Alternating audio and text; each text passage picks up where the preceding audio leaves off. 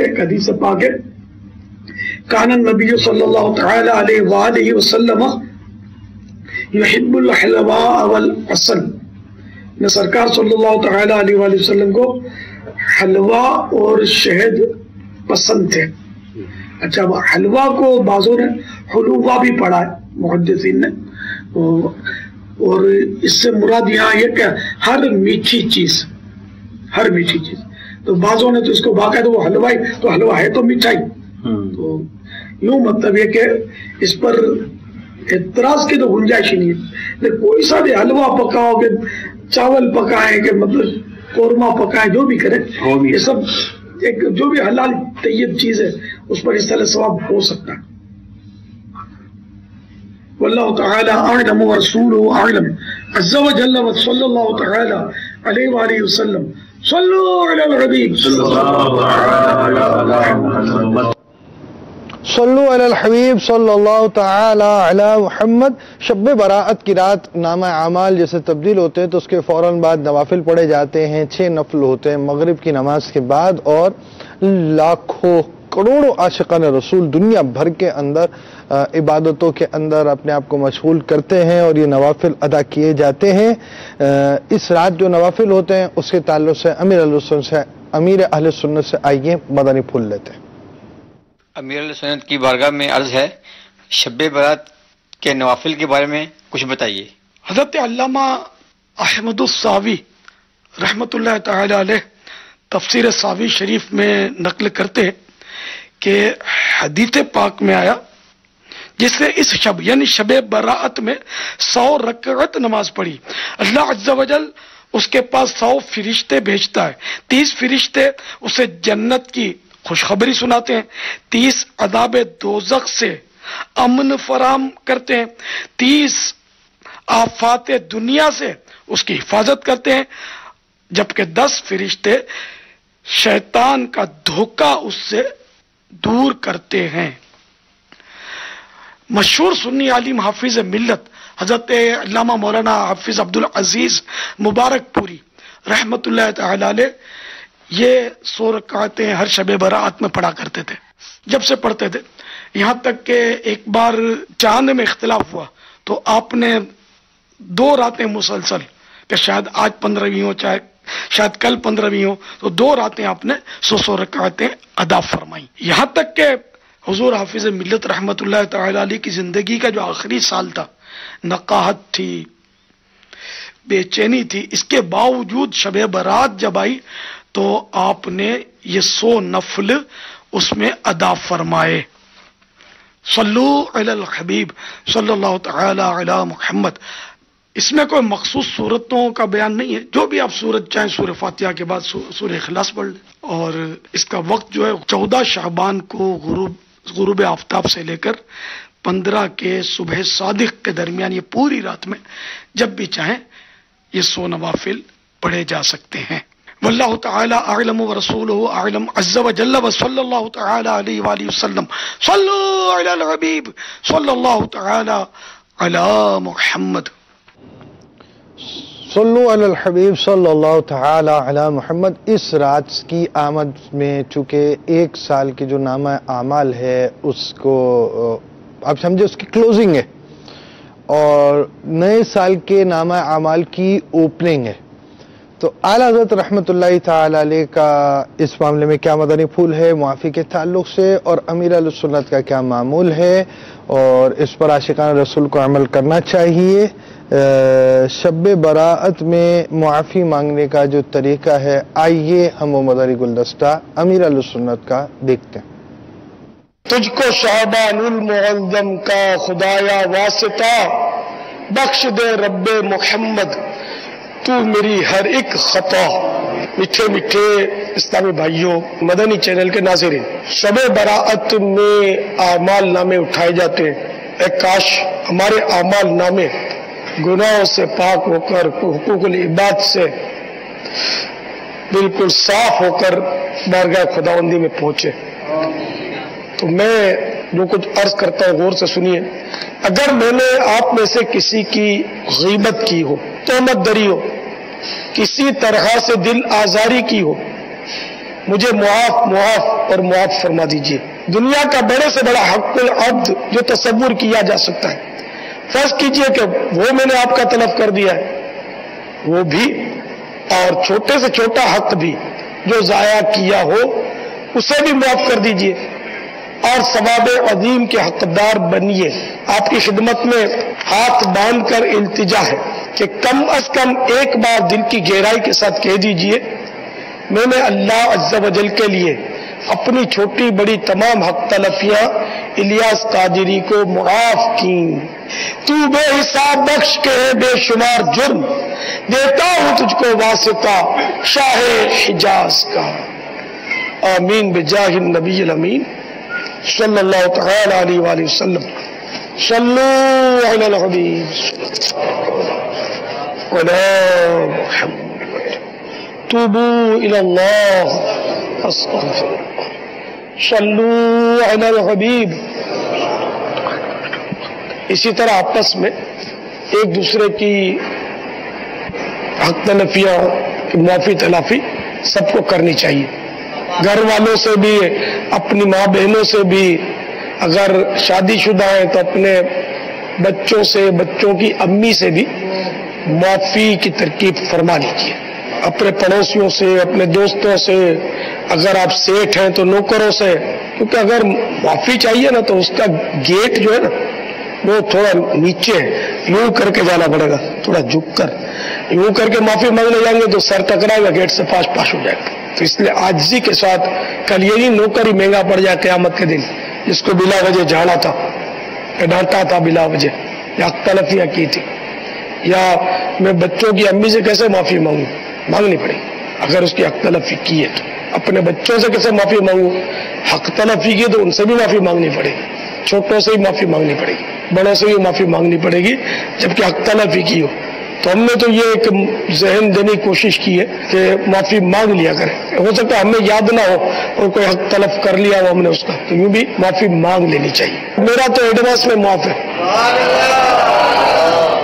خوش ہو گئے، مگر کسی کی حق تلفی اگر کی ہو نا وہ معاف کر بھی دے تو اس میں حق اللہ باقی رہتا، توبہ پھر بھی واجب ہوتی ہے، یہ ذہن میں رکھیے۔ جبکہ حق تلفی کی ہو، نگران شورا، پھر حاجی شاہد، اپنے نگران پاک، ان کی طرف سے بھی عرض ہے کہ ان کو بھی چھوٹے بڑے جو بھی حقوق اگر تلف کیے ہو کسی کے انہوں نے تو ان کو بھی معافی سے نواز دیجیے۔ بابا بعض اوقات جیسے ابھی تو یہ ایک اجتماعی طور پر انداز ہے کہ انفرادی طور پر بعض اوقات ایک تو معافی مانگنے کا انداز جو ہے نا وہ بھی بڑا ہی مطلب کہ ایک مزاحیہ قسم کا ہوتا ہے، اور پھر معاف کرنے والے بھی بعض اوقات عجیب و غریب انداز سے، معافی مانگنے کا بھی انداز بڑا عجیب و غریب ہوتا ہے، معاف کرنے کا انداز بڑا عجیب و غریب ہوتا ہے۔ ایسا لگتا ہے کہ نہ اس کو معافی مانگنے میں کوئی ایسا احساس چھپا ہوا ہے، نہ اس کو معاف کرنے میں کوئی ایسی اس کو دلچسپی ہوتی ہے، بس ایک رسمی طور پر ایک چل رہا تھا، یار وہ معاف کرے، سوری، وہ یوں ترکیباً سوری کہتے ہیں یا یوں بولتے ہیں بولا چلا معاف کر رہا، ہاں، تو یہ سے گزارا نہیں۔ ایک انداز کیا ہونا چاہیے باپا کہ مطلب انسان اگر کسی سے واقعی اپنے مطلب کہ قلب کی گہرائی سے کچھ چاہتا ہے کہ یار میری خلاصی ہو جائے کسی صورت ان تمام چیزوں سے، تو اس کے لیے مطلب اس کو باقاعدہ بہت سنجیدہ ہونا پڑے گا، اپنی بھول تسلیم کرتے ہوئے ندامت کے ساتھ معذرت کرے، منانے کی کوشش کرے اس کو، بالخصوص والدین کو۔ باپا گھر میں عموماً بھائی بہنوں میں ہو جاتی ہے، چار دیواری کے اندر رہتے ہیں تو اولاد کی ماں باپ سے بعض اوقات ہو جاتی ہے، ماں باپ بھی بعض اوقات اولاد کے ساتھ وہ ایسا سلوک کر گزرتے ہیں جس سے ان کو بھی خلاصی کروا لینی چاہیے۔ تو ایسے میں ایک تو یہ انداز جو آپ نے کہا تو اللہ کرے ایسا ہو جائے، بعض اوقات بڑا آدمی چھوٹوں سے معافی مانگنے میں تھوڑا سا ہچکچاتا بھی ہے، جیسے شوہر بیوی سے معافی مانگنے کے لیے تھوڑا سا ہچکچاتا ہے، بچوں سے معافی مانگنے میں اس کو تھوڑی سی ہچکچاہٹ آتی ہے، تو ایسے موقع پر کیا ذہن بنانا چاہیے؟ حدیث میں یہ مضامین تو موجود ہے کہ معافی مانگنے سے عزت کم نہیں ہوتی، بڑھتی ہے، شاید پروفٹ ہے، یوں سمجھ لو، حدیث شریف میں یہ مضمون ہے۔ تو اس لیے اگر کوئی یہ سمجھتا کہ معافی مانگنے سے مجھے مطلب میری شان میں فرق آ جائے گا تو یہ اس کی بھول ہے، نادانی ہے۔ معافی تو مانگ لے، قیامت کے لیے نہ رکھے، یہی فارغ ہو جائے۔ صلو علی الحبیب صلی اللہ تعالی علی محمد۔ شب براءت میں معافی، اعلیٰ حضرت رحمۃ اللہ تعالی علیہ کے ایک مکتوب میں اس کی طرف اشارہ کیا گیا اور اس کے تعلق سے امیر سنت نے اپنے رسالے آقا کا مہینہ میں تحریر فرمایا. اعلیٰ حضرت نے اس کی طرف توجہ دلائی. امیر اہل سنت کا سال ہر سال سے یہ معمول ہے اور الحمدللہ دعوت اسلامی والے اس پر عمل کی کوشش کرتے ہیں. اللہ تعالی ہمیں اس پیارے پیارے طریقے پر عمل کرنے کی توفیق عطا فرمائے. اس رات ہمارے ہاں قبرستان میں بھی جو ہے وہ جانے کا معمول ہوتا ہے. عاشقان رسول پہنچتے ہیں تو اس میں جانے میں کچھ احتیاطیں بھی کرنی چاہیے. آئیے امیر اہل سنت کے مدنی پھول سنتے ہیں. السلام علیکم ورحمۃ اللہ وبرکاتہ. وعلیکم السلام ورحمۃ اللہ وبرکاتہ. کچھ ایک دو مرتبہ میں نے یوں بھی دیکھا ہے کہ یا تو پتا ہوتا ہے یا نہیں پتا ہوتا ہے، اور قبر کی بناوٹ یا اس کا لیول کے اوپر نیچے ہونے کی وجہ سے اب اگر کسی اسلامی بھائی کی قبر اس کے عزیز کی آگے یا اوپر جا کر یا اندر جا کر ہے تو کیا اس کو وہاں تک پہنچنا ضروری ہے کہ وہ دوسری قبروں کے اوپر پاؤں رکھتے ہوئے چلتے چلا جائے؟ ضروری تو نہیں ہے، وہاں دور سے بھی دعا ہو سکتی ہے، گھر بیٹھے بھی دعا ہو سکتی ہے. قبرستان کی حاضری جو ہے یہ ایک ثواب کا کام ہے، اس میں اپنی موت یاد آتی ہے بندے کو، عبرت کے لیے جائے. تو اب اگر قبر ایسی جگہ پر ہے کہ دوسروں کی قبروں پر پاؤں رکھے بغیر وہاں نہیں پہنچ سکتے، پھر تو باہر سے ہی فاتحہ پڑھے کہ مسلمان کی قبر پر پاؤں رکھنا یہ جائز نہیں ہے، گناہ. بلکہ اگر قبریں مٹا کر راستہ بنایا گیا ہو اس راستے پر چلنا بھی حرام ہے. یہاں تک ہے کہ اگر قبرستان میں کسی راستے پر ڈاؤٹ بھی ہو کہ یہ راستہ ہے، اس پر پہلے قبریں تھی، ڈاؤٹ کہ یہ اب قبریں مٹا کر راستہ بنایا ہوگا، تب بھی اس پر چلنا حرام ہے. تو اس لیے وہ پھر دور سے ہی فاتحہ پڑھ جائے جب تک یعنی کہ اب اطمینان ہے کہ یہاں راستہ پرانا راستہ ہے، قبریں نہیں تھی یہاں، پھر تو جا سکتا ہے. ورنہ یہ کئی راستے سے ہوتے ہیں، قبریں مٹ جاتی ہیں اور راستہ بن جاتا ہے، اس پر نہیں چل سکتا. واللہ تعالی اعلم ورسولہ اعلم عز وجل وصلی اللہ تعالی علیہ وآلہ وسلم. صلوا علی النبی علی محمد. اور جہنم سے آزادی، اس رات کے تعلق سے ایک عنوان یہ بھی ہے، آئیے سنتے ہیں. حضرت سیدنا علی المرتضی شیر خدا کرم اللہ تعالی وجہہ الکریم سے مروی ہے، نبی کریم رؤوف الرحیم علیہ افضل الصلاۃ والتسلیم کا فرمان عظیم ہے، جب 15 شعبان کی رات آئے تو اس میں قیام یعنی عبادت کرو اور دن میں روزہ رکھو. بے شک اللہ عز و جل غروب آفتاب سے آسمان دنیا پر خاص تجلی فرماتا اور کہتا ہے کوئی مجھ سے مغفرت طلب کرنے والا کہ اسے بخش دوں؟ ہے کوئی روزی طلب کرنے والا کہ اسے روزی دوں؟ ہے کوئی مصیبت زدہ کہ اسے عافیت عطا کروں؟ ہے کوئی ایسا؟ اور یہ اس وقت تک فرماتا ہے کہ فجر طلوع ہو جائے. اب میٹھے میٹھے صاحب بھائیوں، اللہ تبارک و تعالی ہمیں یعنی کہ یہ ارشاد فرما رہا کہ ہے کوئی مغفرت طلب کرنے والا، اور ہم پٹاخے پھوڑ رہے ہیں. وہ جہنم سے آگ کی آزادی کا اعلان فرما رہا کہ ہے کوئی مجھ سے جہنم سے برات اور چھٹکارا طلب کرنے والا کہ اس کو جہنم کی آگ سے نجات دے دوں. اور ہم معاذ اللہ یہ آگے اچھال رہے ہیں گلیوں میں، پٹاخے اور پھلجھڑیاں اور کیا کیا تماشے کر رہے ہیں. کتنی بڑی ایمانداری کی بات ہے، آپ سوچیں بدنصیبی نہیں ہے. پلیز سب کو میسج کریں کہ آئیے یہ رات اس طرح گزارتے ہیں. یہ رات غفلت کی نہیں. ابھی کتنی پیاری بات امیر اہل سنت نے ارشاد فرمائی، اس رات ندا کی جاتی ہے کوئی مغفرت کا طالب. تو ہم تو لبیک کہتے ہوئے حاضر ہو نا، لبیک میرے مولا لبیک. ہمیں نا ہمیں بخش دے، ہمیں معاف کر دے. برات دے عذاب قبر سے نارے جہنم سے، برات دے عذاب قبر سے نارے جہنم سے.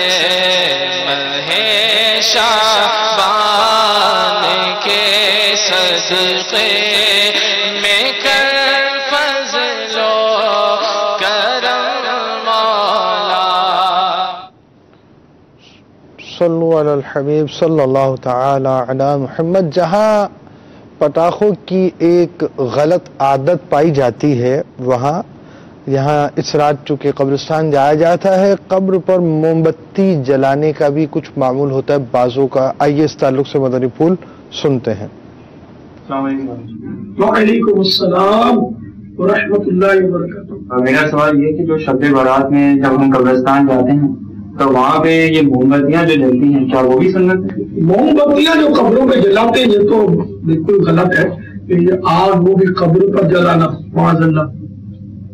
اس سے تو بلکہ اگر ویسے بھی اگر بے مقصد جلائی ہے تب تو وہ ظاہر ہے اسراف بھی ہوا. اگر مقصد ہے جلانے کا، جیسے کہ تلاوت کرنا چاہتا ہے اس کی روشنی میں اور وہاں روشنی نہیں ہے، یا اس لیے روشنی کرنا چاہتا ہے کہ اس کا اور کوئی عزیز آئے گا تو اس کو ڈھونڈنے میں آسانی ہو سکے، یا کوئی قبر پر پاؤں نہ رکھ دے، اس وجہ سے اگر جلانا چاہتا ہے تب بھی قبر پر نہیں جلائے گا. قبر پر منع ہے، سائڈ پہ جلا دے. تو کیا پھر اگربتی بھی قبر پر نہیں جلا سکتے؟ اگربتیاں جو ہے نا یہ اگر خوشبو کے لیے جلانا چاہے کہ لوگوں کو خوشبو پہنچے گی تب تو جلا سکتا ہے، لیکن قبر پر نہیں ہوگی. آ گیا نا، یہ سائڈ پر جلائے. اور اگر لوگوں کو خوشبو پہنچانے کا مقصد نہیں ہے، ویسے رسمی طور پر اگر اگربتیاں جلا دی تو یہ اسراف ہے، اس کی اجازت نہیں. واللہ تعالی اعلم ورسولہ اعلم عز وجل وصلی اللہ تعالی علیہ وآلہ وسلم. صلو علی الحبیب علی محمد صلی اللہ تعالی علی محمد. قبر پر پاؤں رکھنے کا حکم آئیے امیر سنت کی زبانیں سنتے ہیں. صلو علی الحبیب صلی اللہ تعالی علی محمد. عاشقان رسول، شب براءت کی آمد ہے. شب براءت عبادت کی رات ہے اور اس میں قبرستان میں حاضری یہ بھی مستحب امر و کار ثواب ہے، اچھی نیتوں کے ساتھ جائے تو. لیکن یہ خیال رکھیے گا قبر پر پاؤں رکھنا، یعنی مسلمان کی قبر پر پاؤں رکھنا یہ حرام. قبریں مٹا کر جو راستہ بنایا گیا ہو اس پر چلنا حرام. یہاں تک کہ اگر شک ہو کہ یہاں پہلے قبریں تھیں اور اس کو مٹا کر راستہ بنایا گیا ہوگا، ہے نا، شک ہو، تب بھی اس پر چلنا جائز نہیں. تو دور سے عیسیٰ علیہ السلام کر لیجیے. واللہ تعالی اعلم ورسولہ اعلم عز وجل وصلی اللہ تعالی علیہ وآلہ وسلم. صلو علی الحبیب صلی اللہ تعالی علی محمد. شب براءت غفلت میں نہ گزارے. آئیے مدنی پھول سنتے ہیں. میٹھے میٹھے اسلامی بھائیوں، شب برات بےحد اہم رات ہے. کسی صورت سے بھی اسے غفلت میں نہ گزارا جائے. اس رات رحمتوں کی خوب برسات ہوتی ہے. اس مبارک شب میں اللہ تبارک و تعالی بنی کلب کی بکریوں کے بالوں سے بھی زیادہ لوگوں کو جہنم سے آزاد فرماتا ہے. کتابوں میں لکھا ہے قبیلہ بنی کلب قبائل عرب میں سب سے زیادہ بکریاں پالتا تھا. کچھ بد نصیب ایسے بھی ہیں جن پر شب براءت یعنی چھٹکارا پانے اور نجات پانے کی رات بھی نہ بخشے جانے کی وعید ہے. حضرت سیدنا امام بائحقی شافعی علیہ رحمت اللہ القوی فضائل الاوقات میں نقل کرتے ہیں رسول اکرم نور مجسم صلی اللہ تعالی علیہ وآلہ وسلم کا فرمان معظم ہے 6 آدمیوں کی اس رات بھی بخشش نہیں ہوگی. نمبر 1 شراب کا عادی. نمبر 2 ماں باپ کا نافرمان. نمبر 3 زنا کا عادی. نمبر 4 قطع تعلق کرنے والا. نمبر 5 تصویر بنانے والا. اور نمبر 6 چغل خور. حدیث کے الفاظ یہاں تک ہے.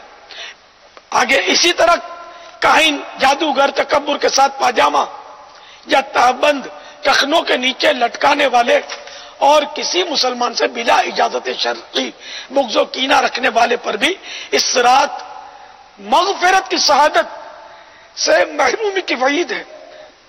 چنانچہ تمام مسلمانوں کو چاہیے کہ متذکرہ یعنی بیان کردہ گناہوں میں سے اگر معاذ اللہ کسی گناہ میں ملوث ہو تو وہ بالخصوص اس گناہ سے اور بالعموم ہر گناہ سے شب براءت کے آنے سے پہلے بلکہ آج اور ابھی سچی توبہ کر لیں، اور اگر بندوں کی حق تلفیاں کی ہے تو توبہ کے ساتھ ساتھ ان کی معافی تلافی کی ترکیب فرما لیں۔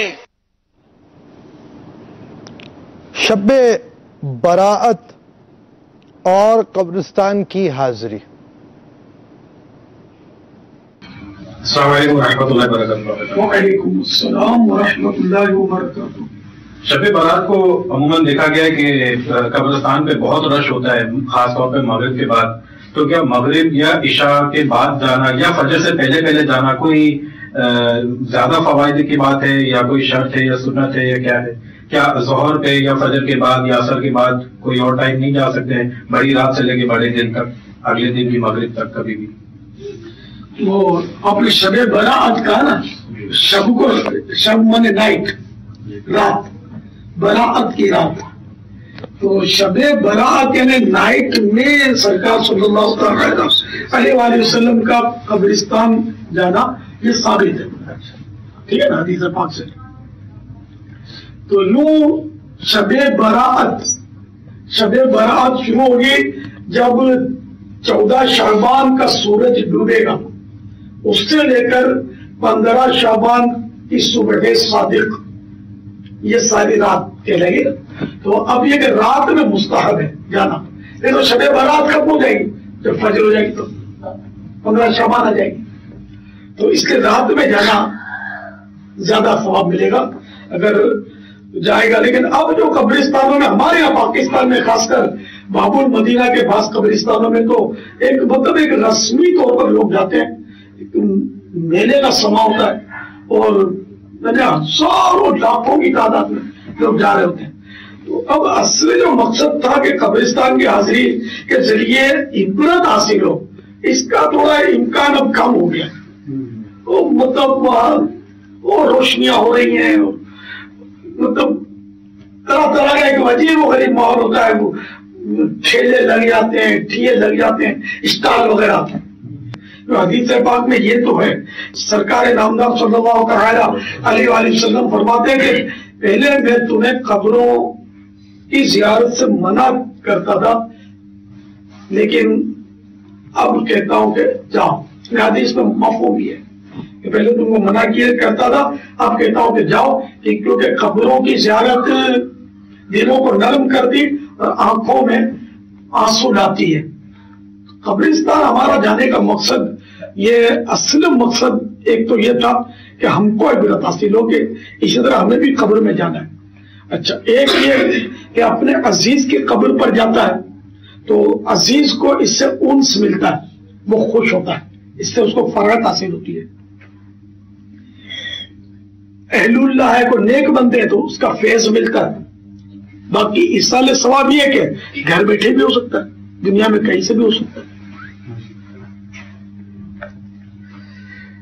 قبرستان جانا چاہیے، ٹھیک ہے، اور رش ہوتا اپنی جگہ پر، ہم اپنی عبرت کا سامان کریں اور ثواب کی نیت سے قبرستان کی حاضری دیں شب برات میں، اگر ممکن ہو تو۔ نہ جائے تو کوئی گناہ بھی نہیں ہے۔ اگر دن کو بھی جاتا ہے تو پھر رات دن، سارا سال میں کوئی بھی ایسا وقت نہیں ہے جس میں قبرستان کی حاضری کی ممانعت ہو، جب چاہے جا سکتا ہے۔ واللہ تعالی اعلم ورسولہ اعلم، عز وجل وصلی اللہ تعالی علیہ وآلہ وسلم، صلو علی الحبیب۔ شب برات میں قبرستان کیوں جاتے ہیں؟ قبرستان کے تو بہت سے مدنی گلدستے آپ نے دیکھ لیے اور لوگ جاتے ہیں، عاشقان رسول جاتے ہیں، لاکھوں لاکھ عاشقان رسول جاتے ہیں۔ کیوں جاتے ہیں؟ آئیے مدری پھول سنتے ہیں۔ شب برات میں قبرستان کیوں جاتے ہیں؟ یہ بیٹا سنت ہے، پیارے آقا صلی اللہ علیہ وسلم سے ثابت ہے، اور یہ ایک آقا کا مہینہ مکتبۃ المدینہ کا رسالہ ہے، اس کے صفحہ نمبر 20 پر، پیج نمبر 20، ام المومنین حضرت سیدتنا عائشہ صدیقہ رضی اللہ تعالی عنہا فرماتی ہیں میں نے ایک رات سرور کائنات شاہ موجودات صلی اللہ علیہ وآلہ وسلم کو نہ دیکھا تو بقیع پاک میں مجھے مل گئے. آپ صلی اللہ علیہ وآلہ وسلم نے مجھ سے فرمایا کیا تمہیں اس بات کا ڈر تھا کہ اللہ عز و جل اور اس کا رسول صلی اللہ علیہ وآلہ وسلم تمہاری حق تلفی کریں گے؟ میں نے عرض کی یا رسول اللہ صلی اللہ علیہ وآلہ وسلم میں نے خیال کیا تھا کہ شاید آپ ازواج مطہرات میں سے کسی کے پاس تشریف لے گئے ہوں گے. تو فرمایا بے شک اللہ تعالی شعبان کی 15ویں رات آسمان دنیا پر تجلی فرماتا ہے. بس قبیلہ بنی کلب کی بکریوں کے بالوں سے بھی زیادہ گناہگاروں کو بخش دیتا ہے. اس روایت میں کہ سرکار صلی اللہ علیہ وسلم کو بقیع پاک میں بی بی عائشہ نے پایا جو وہاں تشریف لے گئے تھے. تو قبرستان جانا ویسے مستحب ہے. شب برات میں قبروں کی زیارت کے لیے جانا چاہیے، اچھی بات ہے. واللہ تعالی اعلم ورسولہ اعلم عز وجل صلی اللہ تعالی علیہ وآلہ وسلم صلو علی الحبیب صلی اللہ علیہ محمد. بعض لوگ شب برات کو مردہ عید کہتے ہیں، اس کی کیا وجہ ہے؟ اس کو کہنا چاہیے نہیں کہنا چاہیے؟ آئیے ہمیں سنت کے مدنی پھول سنیں. السلام علیکم ورحمۃ اللہ وبرکاتہ. بابا جان وعلیکم السلام ورحمۃ اللہ. شب برات کو مردہ عید کیوں کہتے ہیں؟ ہاں بچپن سے ہم نے بھی بچپن میں بہت سنا تھا. وہ ہوتا یہ تھا کہ جیسے کسی کا انتقال ہوا تو جو پہلی شب برات آتی تھی شعبان المعظم کی 15ویں، تو 14 تاریخ کو 14 شعبان کو شام کو وہ شیرنیاں بٹتی تھی جن کا پہلی مطلب ہے کہ وہ رسول عرفہ بولتے تھے ہمارے یہاں، اور مردہ عید بھی بولتے تھے شاید، اور شیرنی بھی بولتے تھے جنہوں قیمتی شیرنی بانٹتے تھے، بڑے بڑے پپیتے کے پیس اور وہ مٹھائیاں اور اس طرح کی چیزیں. ہم چھوٹے ہوتے تھے تو ہم بھی بھاگ بھاگ کے لیتے تھے. اس وقت اتنا شعور نہیں ہوتا تھا. تو جب باہر پتہ چلا گئی ہے پہلا جن کا انتقال ہو کسی کا تو شب برات پہلی جو آئی نا انتقال کے بعد اس میں یہ عرفہ کرتے تھے، اور شاید اسی وجہ سے یہ مردہ عید کہتے ہیں اس کو. واللہ تعالی اعلم رسول عز وجل صلی اللہ تعالی علیہ وسلم. ایسا مردہ عید کوئی اسلامی نام نہیں، یہ عوامی مردہ عید بولتے ہیں. صلو علی الحبیب. شب برات کو پٹاخے پھوڑ سکتے ہیں یا نہیں؟ مزید تفصیل سنیے، کچھ موضوع اس پر ہو چکا ہے. شب برات کی رات پر پٹاخے پھوڑ سکتے ہیں یا نہیں؟ سب سے پہلے تو یہ ہے کہ پٹاخہ کیا ہے. پٹاخے کی ابتدا ہوئی نمرود نے آگ لگائی نا سیدنا ابراہیم خلیل اللہ علیہ نبینا علیہ السلام کے لیے، اس میں انہوں نے آگ کے انار بھر کے چھوڑے تھے، آتش بازی کی تھی، یہ وہاں سے چلی ہے. تو شب برات میں خدا جانے کہاں سے آ گئی. یہ شب برات میں جو مروجہ آتش بازی اور پٹاخے پھوڑنے کا جو سلسلہ یہ حرام ہے، تو جہنم میں لے جانے والا کام ہے. پیسے بھی ضائع ہوتے ہیں، آگ لگ جاتی ہے، بعض اوقات جان کے خطرے، مال کے خطرے. تو یہ بالکل نہیں پھوڑنے چاہیے پٹاخے، اور ماں باپ کو بھی چاہیے کہ بچوں کو اس کے لیے رقم نہ دیں اور بچوں کو اس سے روکیں. یہ سب کوشش کریں گے تو یہ مصیبت بھی ہم سے دور جائے گی. لاکھوں کروڑوں روپے کی مطلب آتش بازیاں شب برات میں چھوڑ دیتے، بلکہ اس سے پہلے ہی شروع کر دیتے. ہمارے ملک پاکستان میں تو اس پر پابندی ہے، قانون بنے ہوئے، لیکن پھر بھی یہ فرق ہوتی ہے. اللہ تعالیٰ مسلمانوں کو عقل سلیم عطا فرمائے. واللہ تعالی اعلم ورسولہ اعلم عز وجل صلی اللہ تعالی علیہ وآلہ وسلم. صلو علی الحبیب. پٹاخوں پر بعض اوقات ایسے مقدس کلمات بھی ہوتے ہیں جو دیکھ کر ہی مسلمان سمجھ سکتے ہیں کہ آج کس قدر بے حرمتی ہو رہی ہے. آپ کو اس تعلق سے ایک مدنی گلدستہ دکھاتے ہیں. یہ پٹاخہ پھٹا ہوا ایک اسلامی بھائی نے مجھے دیا، اخباری کاغذ یہ ہوگا، تو دیکھیے اس میں صلی اللہ علیہ وسلم نمایاں پڑھا جا رہا ہے.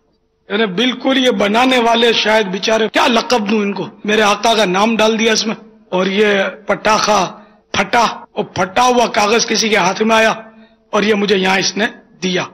یہ دیکھو پٹاخے کا سائیڈ افیکٹ، قانونی جرم پٹاخے بیچنا، بنانا، پھوڑنا. تو اس لیے وہ سارے پولیس والوں جو مسلمان ہوں مہربانی کر کے اب دیکھو نا، اب تو مان جاؤ یار، پٹاخے میں تمہیں کیا دکھا دیا میں نے؟ اللہ کا نام بھی تو صلی اللہ کا نام بھی آ گیا، وہ درود پاک آ گیا اس میں. اب تو توبہ کر لو، اب تو مان جاؤ. اے میرے پولیس والوں جو اہل سنت ہو، اب عملی اہل سنت بھی بن جاؤ نا. جو بھی مسلمان ہے یار، تمہارے اسلام کی غیرت کیا اس سے بھی نہیں مطلب نہیں اٹھتی کہ درود شریف بھی پٹاخوں میں معاذ اللہ پھٹ رہے ہیں؟ یہ تو ایک ہاتھ میں آیا، خدا جانے کتنے ایسے اللہ کے نام اس میں پھٹتے ہوں گے اخباروں کے ذریعے.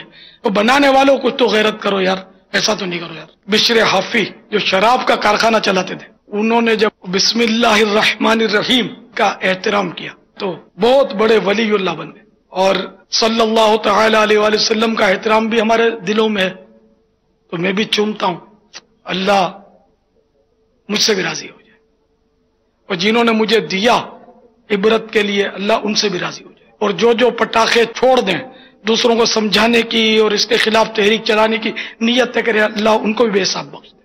سب نیتیں کرو، اس کو خلاص کرو. آپ اپنے وطن سے یار بالکل نکال باہر کرو، نہیں چاہیے اپنے کو پٹاخے، نہ شب برات کو چاہیے، نہ شادیوں میں پھٹے. یہ پھٹے ہی نہیں. اب آنے والی نسلوں کو پتہ ہی نہیں ہوگا پٹاخہ کس جانور کا نام ہے. ایسے ہوتے یار کہ اللہ رسول کا نام بھی اس میں آ جاتا ہے، نعوذ باللہ. وہ کیسا زمین پہ مارا ہوگا، آگ لگائی ہوگی، کہاں اڑا ہوگا، اور کس طرح یہ نعوذ باللہ کیا کیا گزر کر یہ اپنے ہاتھ میں آیا ہوگا. جو نہیں پھوڑتے اور اس وجہ سے نہیں پھوڑتے کہ یہ گناہ ہے، اللہ تعالیٰ ان کی بھی مغفرت فرمائے، بے حساب بخشے. جو راضی ہے وہ بھی گناہ گار ہے، اور جو نیوٹرل ہے جس کو پتہ ہی نہیں ہے ویسے ہی نہیں پھوڑتا، وہ طبیعت میں نہیں ہے، تو نہ گناہ نہ ثواب. گناہ سے تو بچ ہی گیا نا. وہ شرابی نے شراب کے نشے میں جا رہا تھا اور وہ بسم اللہ کا کاغذ ملا، اس نے تو نگل لیا، اس کو اٹھا کے میرے رب کا نام نگل گیا. پھر وہاں آگے آیا، اس میں گر گیا اور فوت ہو گیا. کسی نے خواب میں دیکھ کر پوچھا کہ کیا ہوا؟ بولا میں تو شراب کے نشے میں مست تھا، جا رہا تھا، کاغذ کے پرزے پر بسم اللہ شریف لکھی ہوئی تھی، میں نے اٹھا میرے رب کا نام یوں فرش پر، میں تو اٹھا کے اس کو نکل گیا. اور اللہ تعالیٰ نے بس میرا یہ عمل قبول کر لیا اور میری مغفرت ہو گئی. یہ تو اللہ کے نام کی تعظیم. تو جو اللہ کے نام کی بد تعظیمی کرتے ہیں، بے ادبی کرتے ہیں، خدا جانے ان کا کیا ہوگا. تو ایسا نہیں کرو یار. ردی میں جو اخبار استعمال کرتے ہیں نا یار، بڑا رسکی کام ہے یار. آیتیں روایتیں اخباروں میں ہمارے بہت ہوتی ہیں، مضامین ہوتے ہیں، پورے آرٹیکل ہوتے ہیں مذہبی. پٹاخوں کے خلاف جنگ جاری رہے، پٹاخوں کے خلاف جنگ جاری رہے، پٹاخوں کے خلاف جنگ جاری رہے گی. تو مدنی منو آپ کو بھی اس سے بچنا ہے، اور مدنی منوں کے ذہن میں آنے والوں کے سوال بھی ہوتے ہوں گے، تو ہم جواب میرے سنت سے دیتے ہیں. آئیے آپ کو ایک مدنی خاکہ دکھاتے ہیں. ابو بکر جمعے کو ہماری چھٹی تو اتوار کی ہوتی ہے، جمعے کی نہیں ہوتی. جمعے کو شب برات ہے نا، اس لیے جمعے کو چھٹی. شب برات میں کیا ہوتا ہے؟ شب برات میں پٹاخے پھوڑتے. ہم بھی پٹاخے پھوڑیں گے. باپا سے معلوم کرتے کیا پٹاخے پھوڑ سکتے.